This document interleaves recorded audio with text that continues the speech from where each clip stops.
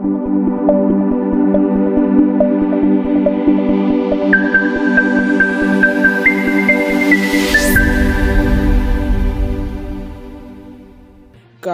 msikilizaji wetu mpendwa kwenye taarifa kuu za habari za Kivu News Info.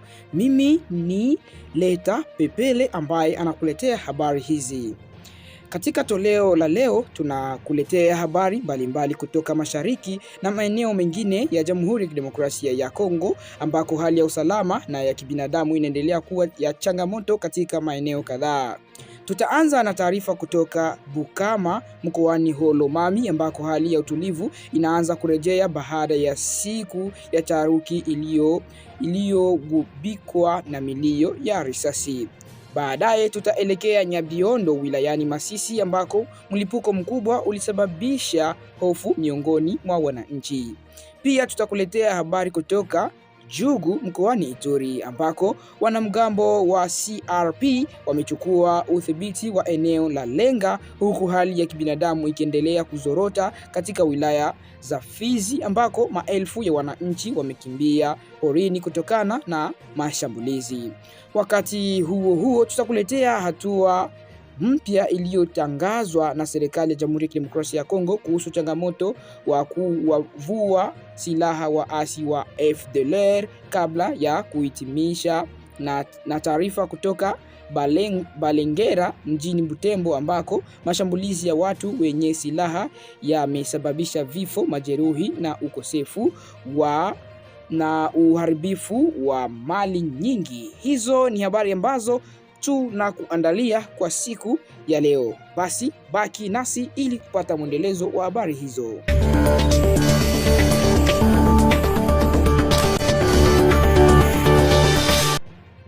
Hali ya kibinadamu inaendelea kuzorota katika maeneo ya Fizi na Mwenga mkoani Kivu Kusini, ambako maelfu ya wananchi wamelazimika kuyakimbia makazi yao na kuishi porini bila makazi wala msaada wa kibinadamu tangu tarehe 24 Julai.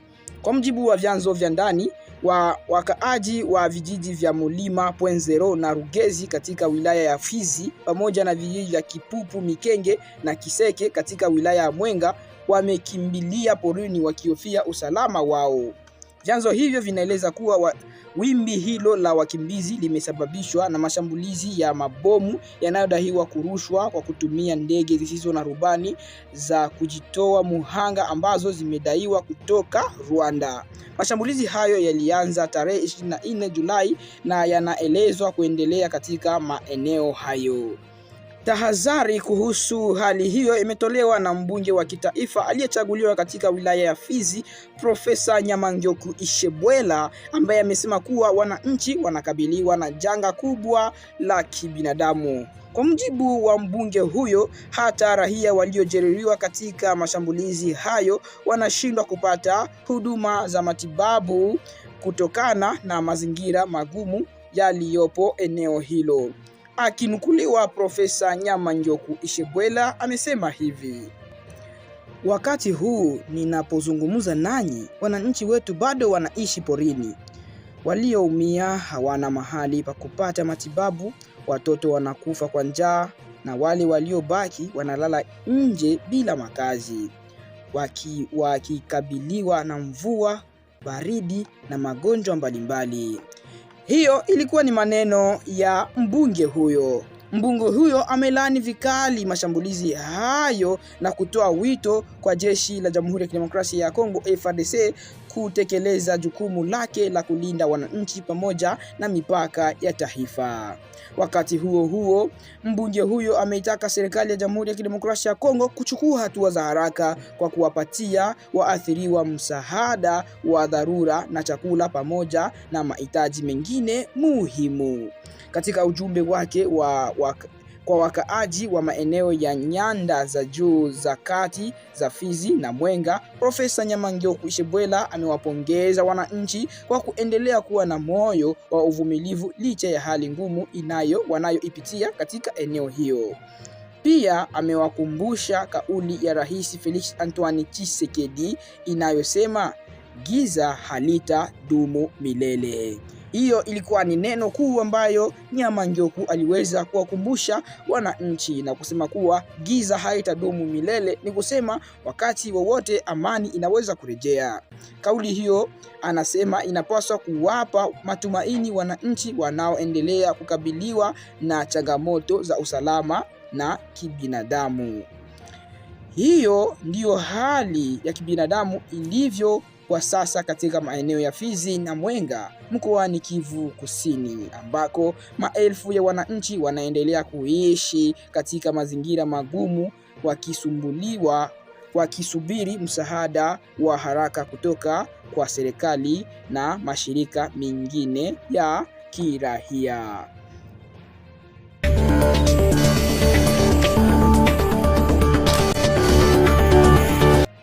Serikali ya Jamhuri ya Kidemokrasia ya Kongo imetangaza kuwa imepiga hatua muhimu katika juhudi za kurejesha amani mashariki mwa nchi baada ya kundi la waasi wa FDLR kukubali kusaini makubaliano ya kuanza mchakato wa kuweka silaha chini, kuondoka katika shughuli za kijeshi na kuwekwa kwenye kambi maalumu. Tangazo hilo limetolewa Jumanne tarehe 28 Julai mjini Kinshasa na waziri wa ushirikiano wa kikanda Floribert Anzuluni wakati wa mkutano wa waandishi wa habari. Kwa mujibu wa serikali, makubaliano hayo ni sehemu ya juhudi za kutekeleza ahadi za amani na pia kuondoa sababu ambazo Rwanda imekuwa ikizitaja kuhalalisha uwepo wa wanajeshi wake mashariki mwa Jamhuri ya Kidemokrasia ya Kongo. Waziri Floribert Anzuluni amesema kuwa katika hatua ya kwanza viongozi wa FDLR wamekubali kuingia katika mchakato wa kuachana na shughuli za kijeshi, kuvua silaha na kuwekwa katika kambi maalumu za mpito. Hata hivyo, amesema kuwa kundi hilo linawasilisha masharti kadhaa kabla ya mchakato huo kuanza kutekelezwa. Akinukuliwa, Floribert Anzuluni amesema hivi: FDLR wamekubali kuanza mchakato wa kuachana na shughuli za kijeshi, kuvua silaha na kuwekwa kambini. Sharti la kwanza ni kuhakikisha kwamba kambi zitakazowapokea zinakuwa salama na zina mazingira mazuri ya kuishi. Hiyo ilikuwa ni maneno ambayo Floribert Anzuluni aliongea kwenye mkutano huo. Kwa mujibu wa waziri huyo, viongozi wa FDLR wanasema wameweka sharti hilo kutokana na uzoefu wa nyuma ambapo baadhi ya juhudi za kuwaondoa vitani zilishindwa kwa sababu ya ukosefu wa usalama katika maeneo ya kambi. Sharti la pili lilitolewa na FDLR lilikuwa kurejeshwa kwa wapiganaji wao nchini Rwanda. Kwa mujibu wa serikali ya Kongo, wapiganaji hao hawatalazimishwa kurejea Rwanda, bali kila mmoja atafanya uamuzi huo kwa hiari yake mwenyewe. Akifunua suala hilo, Floribert Anzuluni alisema hivi: hakutakuwa na mtu atakayerejeshwa Rwanda kwa nguvu. Kurudi nchini Rwanda kutategemea uamuzi wa hiari wa kila mpiganaji. Serikali imekubali masharti hayo kwa kuwa yanaonekana kukubalika.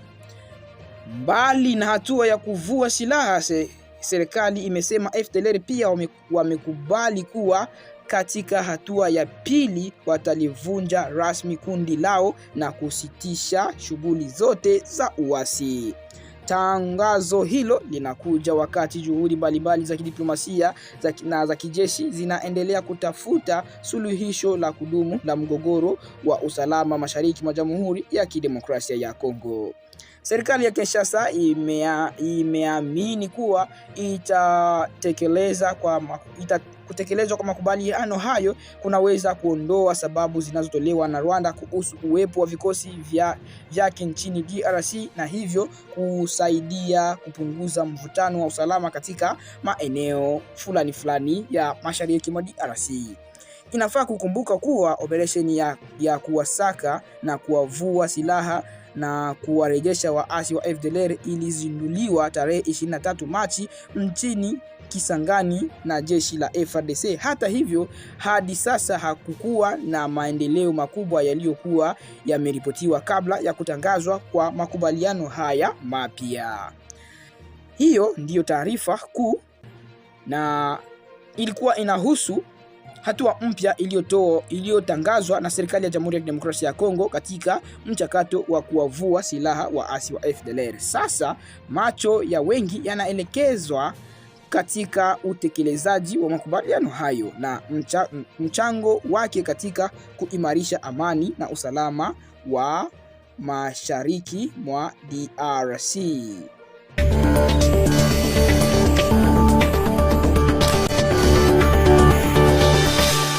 Hali ya usalama imeanza kurejea taratibu katika mji wa Bukama, makao makuu ya wilaya ya Bukama mkoani Lomami, baada ya siku ya Jumanne kutawaliwa na hofu kubwa kutokana na milio ya risasi iliyosababisha wananchi kukimbia na kujificha manyumbani mwao. Kwa mujibu wa vyanzo vya ndani, wanajeshi wamepelekwa katika maeneo mbalimbali ya mji huo ili kuimarisha ulinzi na kuwapa wananchi hali ya kujiamini. Hata hivyo, shughuli za kawaida zimeanza kurejea polepole baada ya kusimama kwa muda kutokana na hali hiyo ya taharuki. Taarifa kutoka kwa asasi za kiraia zinaeleza kuwa watu wawili walipoteza maisha huku mtu mmoja akijeruhiwa vibaya kwa risasi na kukimbizwa hospitalini ili aweze kupata matibabu. Mpaka sasa mamlaka husika bado hazijatoa taarifa rasmi kuhusu mazingira halisi yaliyosababisha tukio hilo la wasiwasi na vurugu katika eneo hilo la Bukama. Mashuhuda wanasema milio ya risasi ilianza mapema asubuhi na kusababisha wananchi kukimbia ovyo wakitafuta usalama. Rais wa asasi za kiraia wa Bukama, Auguste Monga, amesema alishuhudia tukio hilo akiwa sokoni. Akinukuliwa, Auguste Monga alisema hivi: "Jana majira ya saa 2:50 asubuhi tulianza kusikia milio ya risasi wakati tulikuwa sokoni tukifanya manunuzi. Mara moja wananchi walianza kukimbia kila upande. Milio ya risasi iliendelea hadi saa 9 alasiri." Kwa mujibu wa Auguste Monga, taarifa zilianza kusambaa kwa kulikuwa na watu wanaodhaniwa kuwa wapiganaji wa Maimai walioingia katika mji huo, jambo lililoongeza hofu miongoni mwa wakaaji. Baada ya hali kutulia kwa kiasi, wananchi walianza kutembea maeneo yaliyokumbwa na tukio hilo ili kuona kilichotokea. Auguste Monga amesema walimkuta mtu mmoja akiwa ameuawa kwa kupigwa risasi karibu na kibanda cha huduma za mawasiliano. Fedha zake zikiwa pia alipigwa risasi katika eneo hilo na baadaye kupelekwa hospitalini kwa matibabu. Akieleza hali hiyo, Augustin alisema hivi: "Tulimkuta mtu mmoja amepigwa risasi na kufariki karibu na kibanda cha mawasiliano, huku fedha zake zilikuwa zimeporewa. Mtu mwingine alipigwa risasi mguuni na kupelekwa hospitalini kwa matibabu." Katika uchunguzi ulioendelea kuelekea karibu na kambi ya jeshi pamoja na gereza la Bukama, wananchi waligundua mwili mwingine wa mtu ambaye alikuwa amefariki. Auguste Monga ameweza kuripotiwa akisema hivi: "Tulipofika karibu na kambi ya jeshi kuelekea gerezani, tulikuta mtu mwingine ameuawa. Alikuwa amevaa mavazi yanayofanana na yale yanayovaliwa na wapiganaji wa Maimai." Kutokana na hali hiyo, viongozi wa asasi za kiraia wameitaka serikali kuimarisha ulinzi katika maeneo ili kuzuia matukio kama hayo yasijirudie.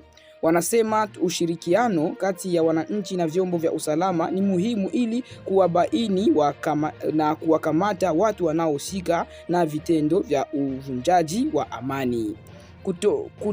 Kukitokea wito huo, Auguste Monga alisema hivi: "Tunataka amani irejee. Tunaomba serikali kushirikiana na wananchi ili watu hawa wakitambuliwa waweze kukamatwa. Wakati tembo wawili wanapigana, wanaumia ni wananchi. Ndiyo maana tunaendelea kuomba amani. Hiyo ilikuwa ni maneno ya Augustin.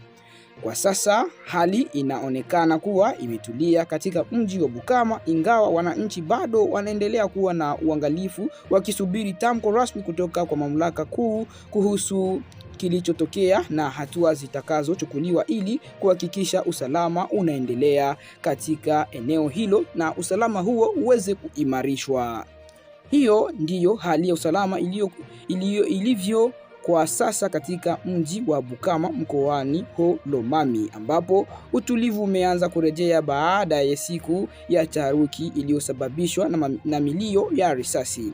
Wananchi wanaendelea kuomba amani ya kudumu huku wakisubiri taarifa rasmi kutoka kwa mamlaka husika.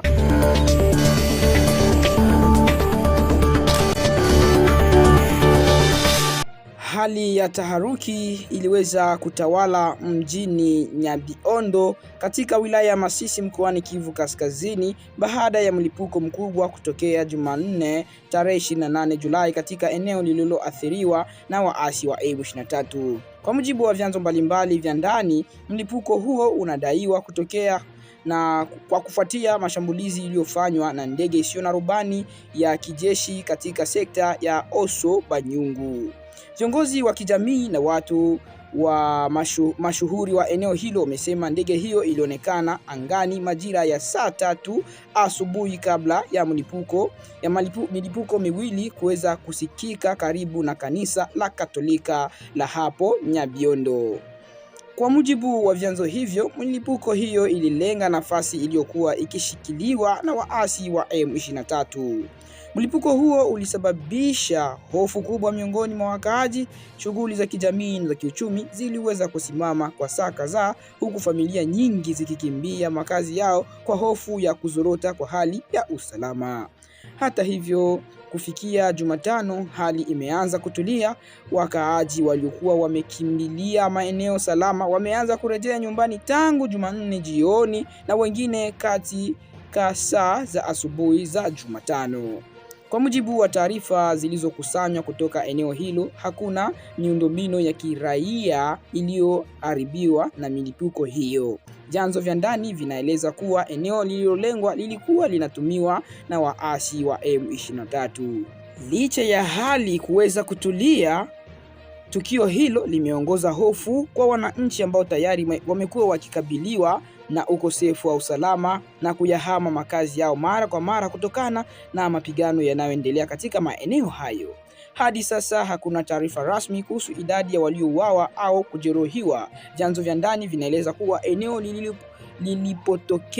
tukio hilo lilipotokea katika eneo hilo, bado hawakuruhusiwa kufika katika eneo hilo raia wowote, jambo lililofanya iwe vigumu kuthibitisha hasara zilizotokea wakati wa mlipuko huo.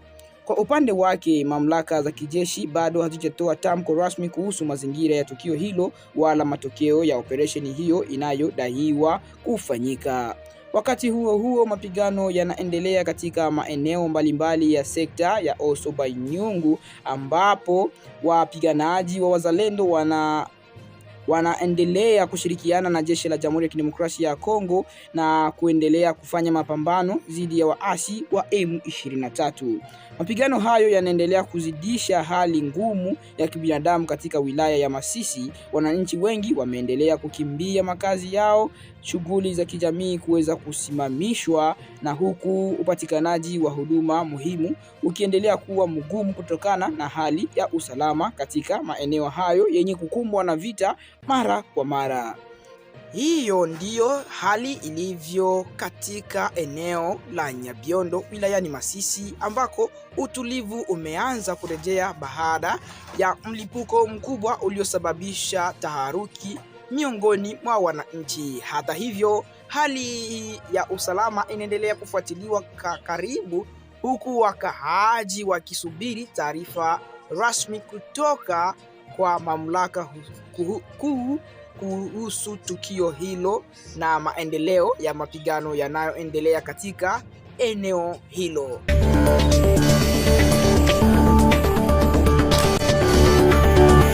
Hali ya wasiwasi inaendelea kuongezeka katika wilaya ya Jugu mkoani Ituri baada ya wanamgambo wanaohusishwa na kundi la CRP ambalo kwa urefu linaitwa Convention pour la Révolution Populaire linaloongozwa na Thomas Lubanga Dilo limeweza kudhibiti kituo cha Lenga, makao makuu ya utawala wa jadi wa Bahema Bajare.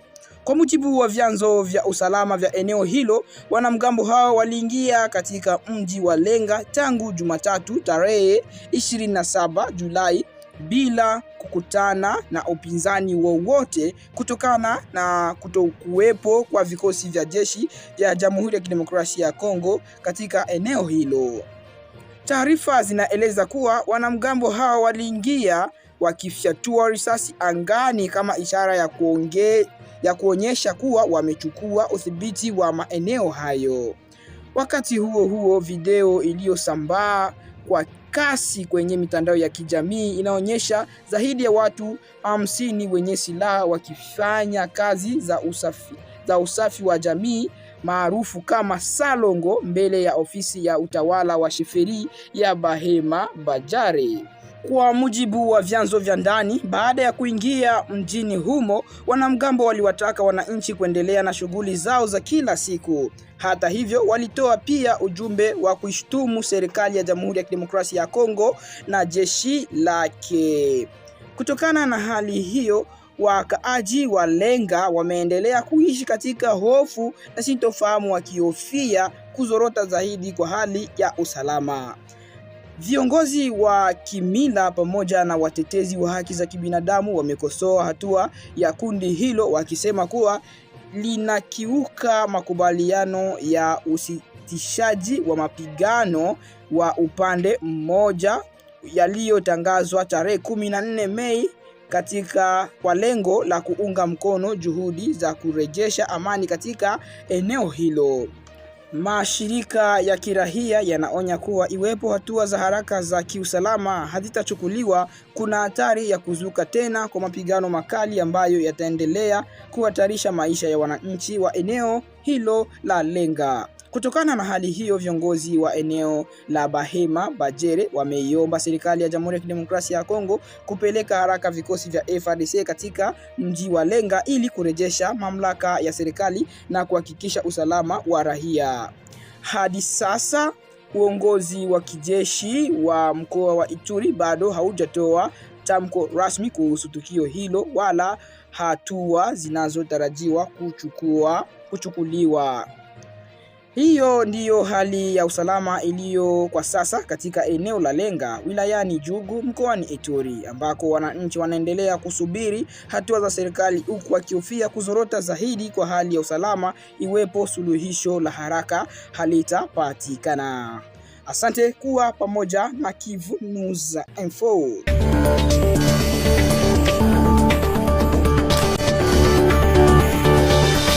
Hapo ndipo tunafikia mwisho wa taarifa kuu za leo kupitia Kivu News Info.